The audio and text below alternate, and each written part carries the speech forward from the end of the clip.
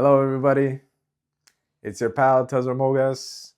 I just wanted to make a little video describing the feedback and describing what went down at the recent event meeting. I'm gonna call it event meeting now. Yeah. In terms of success or failure, I always look at success in terms of if one person shows up besides my mother, I consider that a success. And many of the people that showed up or that attended, they came the last time too. So we have repeat people who are interested in East Africa Showcase and our networking events. So I appreciate each and every one of you. We had our first lottery or draw, lottery actually on TikTok. The lottery video that you might have seen, it got flagged. It was a community services, community violation on TikTok because it contained the word lottery. And lottery is like alcohol or tobacco products. You cannot advertise, you cannot promote any kind of lottery on TikTok. I learned that recently. So if you go to TikTok, you won't find that EAS lottery video that I made there. But it really helped us out. I did deliver 50% of the total pot to the winner. It's like OLG. If you win Lotto Max, you probably don't want people to know your identity. And I didn't even ask them whether they wanted to make a video or not, but I did give it to them. They were very happy. Yeah, that really helped us towards the end. Of course, I ran out of time towards the end. They gave me a 15-minute warning, and I look at it like if they're coming and they're giving a warning, you got to be out of the room at 15 minutes, then it's like, we better do that. Otherwise, they might ban me. Okay, ban and say you cannot use the room ever again, no matter how much money you paid. Because the start time and the end time are fixed. Okay, the setup and the cleanup. Well, actually, the cleanup, I didn't do anything for cleanup, but the setup time is included in your permit, so you have to pay for it. The room was empty before the event, 7:30. It was March break, so there's no after school program. Completely empty. They didn't even have to clean the room because no one was in it the whole day. But I still couldn't enter the room. I asked them about 3 or 4 times, can I set up my equipment, HDMI? They actually had a new television. They got a new television, it's different from the last one. So I had to figure out that TV at 7:30. I didn't have time, but I did it. That's an accomplishment, okay? Setting up the room is an accomplishment. But next time, yeah, this brings me to the purpose of this video. I'm gonna talk about hobby, the word hobby. What does the word hobby mean to you? And now I'm looking at it as East Africa Showcase as a hobby, something that can engage my mind. Really, honestly, it's about you, but it's about me too, because I love this kind of work. I love gathering things in the media and displaying it and asking people, like, what do they think about this? What do they think about the real estate numbers? What do they think about the economic numbers? What do they think about immigration numbers? If you've talked to me recently, I've been talking a lot about immigration because population growth, there is no population growth in Canada without immigration. So something is going to have to give there, because if you want economic growth, you're going to need population growth. And 99% of the population growth in Canada, definitely in Toronto, comes from immigration. But if you remember a year ago, people were saying there's too much immigration, too many international students, about 3 million people that are temporary residents, believe it or not, work permits, study permits, anyways, from all over the world. And many of them left. They were stressed out, found the country unlivable and left. Anyways, that's a whole different story. Let me focus on lobby. No, not lobby. Hobby. By the way, it's like 5 a.m. when I'm recording this video at home.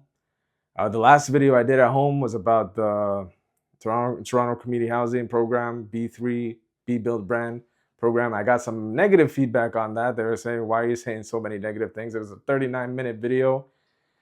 And I did that like the day after I found out that I didn't win. So I was emotionally charged by that. And it was a mistake to make that video. It was a mistake to publish that video. If I just waited another week, I would have been over it. And yeah, it was probably a mistake. And I deleted that video actually on YouTube and TikTok, even though it's the video that got the most views. The highest views that I've had was Toronto Community Housing. So that shows you that people were sharing it. And they were not happy about that. They unsubscribed from they were on my email list and they unsubscribed. And that's okay. That's okay. That's a consequence of being so negative, but stay positive, okay? I did get the grant, by the way, the 1,000. I just expected to win. Of course, if I wouldn't have been in the contest if I didn't expect to win. But the lesson I got from that, and the lesson you should get from that, is when you're angry, when you're disappointed, not angry, but yeah, disappointed, just wait, cool down for 1 week, okay, before you do anything drastic, any public, attack anybody, because the people that won, they won fair and square. They actually did an article on it. I don't know how many people are going to see that article because it's on their website, but I'm sure people will see it. That's the story anyways. I deleted that video. I want to keep these videos positive, and I just want to tell you that I'm going to keep doing East Africa Showcase, but the in-person events are probably not going to happen as often as I would like them. The other thing too was the weather. The weather was extremely cold. I was expecting better weather for March. This year has not been good for weather, and it was snowing like crazy afterwards. And I said, wow, this is a great safety risk. Thank God I'm a good driver. And yeah, the Monday evenings doing it, like I got the feedback from somebody recently. I want to keep it confidential. I don't want to tell anybody, like mention names on these videos, but they told me, like, if you do it in the evenings, after work, after school, whatever it may be, people are exhausted, people are tired, people just want to stay home and sleep at 7:30. Some people like it, but a lot of people were asking me to move it on a weekend on Sunday. And then the problem with Sunday is that you have religious services, and then after religious services, sometimes people are energized, people are looking for something else to do. Sometimes people just want to stay home. So it depends. But I think Sundays, I'm going to try it out for the next one. I asked the group whether we should continue East Africa Showcase or not. And one guy, actually, he's a newcomer. To be honest, I forgot his name. I think it started with H, but I can't mention his name anyways. But he stayed through the whole thing. And I think he said he came from North York. So he traveled some distance to get there to Wellesley Community Center. And he was like saying, why would you stop? And that kind of thing. So I take that question of why would you stop as keep going. And I'm going to keep this going as a hobby. So you're going to see me a lot more often. Many businesses. I'm telling you, it is a tough time for everybody right now. I use the word depression. I'll tell you, just because you're watching this to the end, do I have depression? Probably. I have days that are not good days. And your hobbies are what keep you energized and optimistic, I think. Hobbies and human connection. Nothing can replace human connection. The best cure for depression is a discussion with somebody that you love, somebody that you respect. So one new thing I'm going to do as well is I'm going to reach out to people and text them, just if they're interested on meeting one-on-one at a cafe, at a restaurant, whether it's lunch, breakfast, dinner, just to talk about, like, how are you navigating these tough times of just so much uncertainty, so much anguish, so much pain. If you have a job, you might have a family member or a friend or a child or a niece or a nephew or somebody that you consider to be your family, employed or underemployed. The long-term unemployment is the greatest economic threat this country has, long-term unemployment. I just want to, for the people that are interested in East Africa Showcase, I'm going to continue this as a hobby just to open up my mind, get myself a routine, something that keeps me engaged, because having the same routine daily, like, I'm in my 30s now.